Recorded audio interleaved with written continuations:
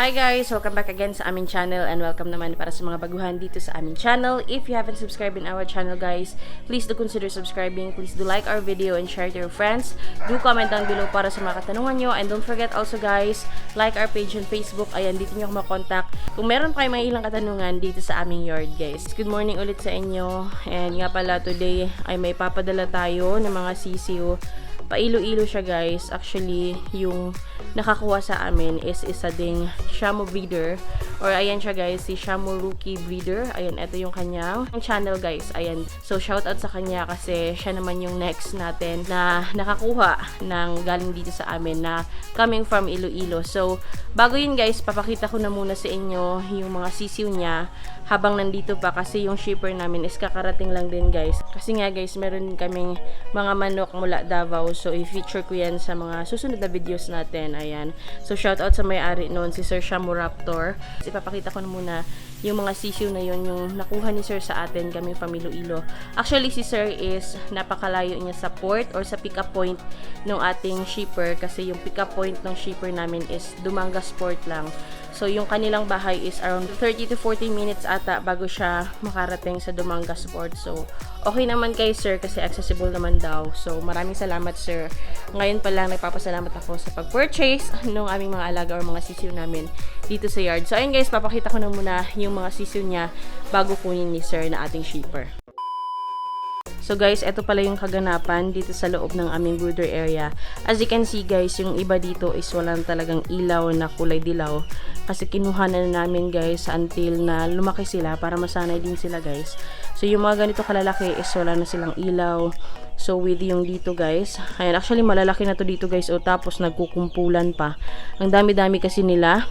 Pero yung kay Sir is nandito guys. Yung kay Sir, so kukunin natin yun at maipakita ko rin sa inyo.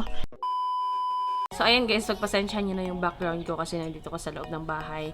And medyo magulo ang bahay namin, yes. Pero anyway, eto nga pala, bago ko ipakita sa inyo yung mga sisiw. Reminder lang nga pala sa lahat ng buyer namin. Especially dito sa ating video. Eto nga pala yung pinapakain namin, Sir. Kasi baka magtaka ka pagdating dyan, kapag binigyan mo ng Integra is hindi masyadong kumakain. So, actually, yung binibigay namin, Sir, is ganito. Hindi ko alam, Sir, kung makakahanap ka ba ng ganitong pagkain dyan.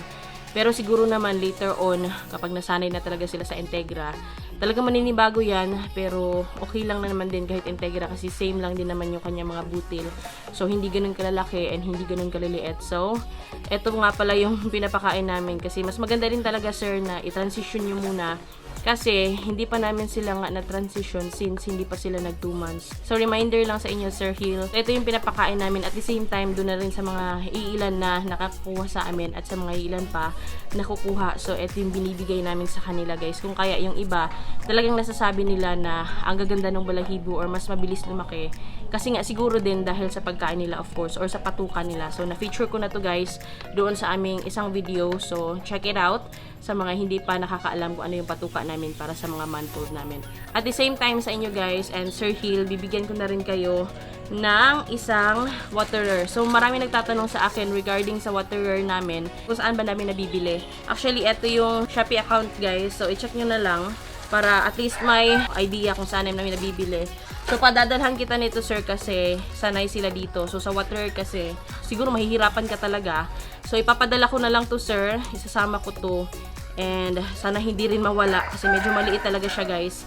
A-attach ko na lang sa carton. Sana naman umabot talaga. Ayan, disclaimer, yung maingay masyado guys na parang makina is yung incubator namin. Pero anyway, eto guys, sample lang. Yung sakto ng coke guys, ito yung usually ginagamit namin. So ang ginagawa ko is binibutasan ko yung dito. So talagang ginagawa ko yun by flaming sa iron or sa bakal natin. Tapos nilalagay ko dito para even yung kanyang pagbutas.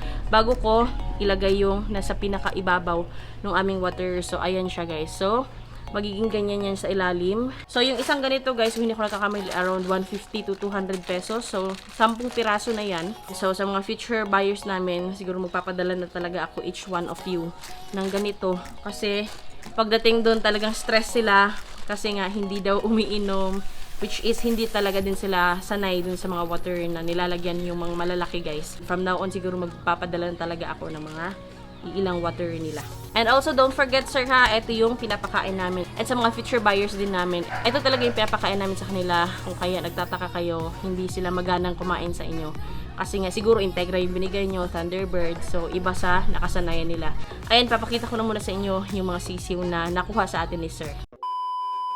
Ilalagay ko lang dito at nang makita nyo talaga ng nakatayo. So, etong una ipapakita ko sa inyo guys is ito yung stag natin. So, ito ay Hitara line. So, bale, ito yung stag natin guys. Ayan guys, oh, napakaganda ng kanyang mata. Ayan. So, napakaganda guys. Ayan yung kanyang katawan guys, oh. So, ayan siya guys. Ayan. So, ito na yung sisiw guys. Ayan. So, approved naman din kay shipper na kaya naman na daw din to na ma-ship na by land galing dito sa Kidapawan papuntang Iloilo kasi supposedly tonight or around 6 to 7 ng gabi is yung pick up time ng ating mga shipper. So eto yung stag guys. Ayan yung kanyang itsura guys, oh. Napakaganda and napaka-condition nito. So ayan yung katawan din. Ayan. So, ayan yung ating stag guys. So, ngayon naman papakita ko sa inyo yung ating pulet dito. Ito naman guys, yung ating mga pulet. Ayan guys, oh, halos magkasing kulay lang din sila. So, ayan, eto siya guys. Trio talaga yung kinuha ni sir. So, maraming salamat po sa inyo sir sa pag-trust ng aming yard. So, ayan sila. And ganito na sila kalalaki guys. Ayan. So, ito yung sisiw naman na pulet na ipapadala natin. So, ayan yung mga hitara natin guys na babae. So, ito yung isa guys. Ayan. Ayan. Ito yung kulay niya. Oh, napakaganda rin. Ayan yung kanyang mukha. Ayan. So, ito ay hitara guys. Tanaka pa din pero hitara lang. So, ayan yung katawan. So, napakaganda nito nila. So, ito namang isa guys, ipapakita ko rin sa inyo. So, ito naman yung isa guys. Ayan, pulet pa rin to guys. Halos magkasing mukha lang sila nung kanina. So, ayan yung kulay niya guys. Ayan. So, wala pong na-harm sa ating video for today. Huwag kayong mag-alala. So, ayan yung mga sisiw natin.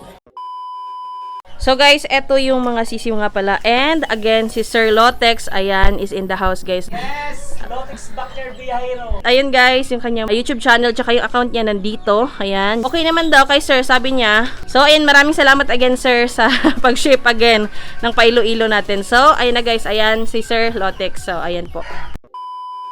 So, napakita ko na sa inyo yung mga sisiw guys. And yun yung rason guys, kung bakit iilan sa inyo nagtataka talaga na hindi daw kumakain pagdating sa kanila yung mga sisiw. So, kung minsan talaga, laps din namin yan kasi hindi namin kayo agad-agad nasasabihan. Pero pagpasensyahan nyo na ulit. So, in this video guys, sana naliwanagan kayo na hindi yun dahil sa walang kondisyon. Siguro in a way, na stress sila or medyo stress sila sa biyahe. Given na yon kasi nga, lalo pa naman kung medyo malayo yung biyahe coming from Davao to Iloilo. So, medyo may kahabaan talaga siya. Tapos, lumilibot pa naman yung shipper sa Mindanao. So, medyo meron din talagang stress na hatid yan. Pero, aside from that, is yung tungkol sa pagkain namin guys. Saka na lang din talaga nila chini-change feed kapag medyo mahaba-haba na rin yung time na nandun sila sa kanilang bagong yard. So, again guys, huwag kayong mag-alala sa mga buyer namin and sa mga future buyer namin. Ayan, sana na-explain ko yung side ko in this video. Yung mga ilang buyer is talagang nakaka-adjust na rin naman sila. Kasi nga, later on, kumakain na rin sila, lalo na kapag napupurga na or nade-deworm. 2 linggo mula nang dumating sa kanila is okay naman na daw yung sisiw nila and wala nang problema. Ayan, tapos na rin kaming kumain dito. So, okay na si sir and siguro mamaya lang is aalis na rin siya. So, i-update ko kayo about doon. So, ayun guys, see you later.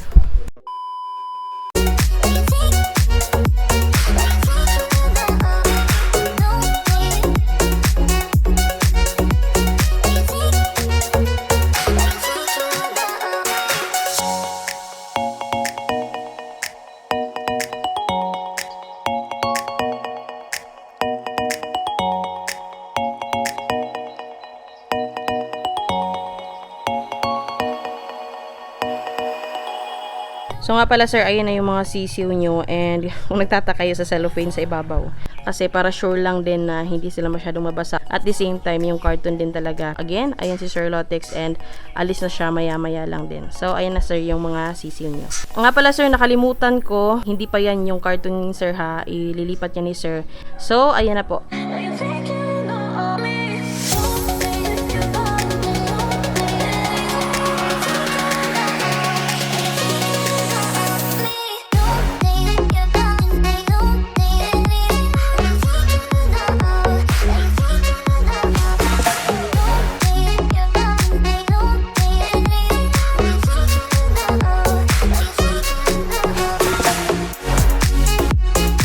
guys, alis na si sir. Have a safe trip, sir.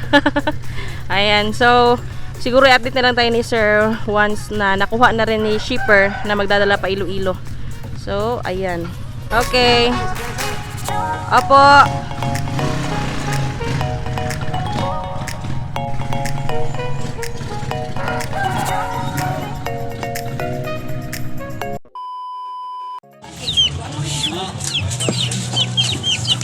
Ma'am, narang yung mama.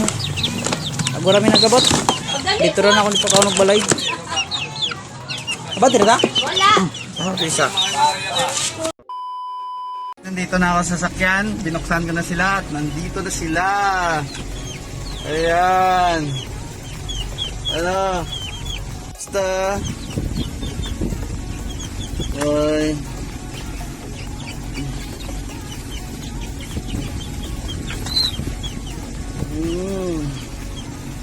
Ganda. Op, op, op, op. Ayan.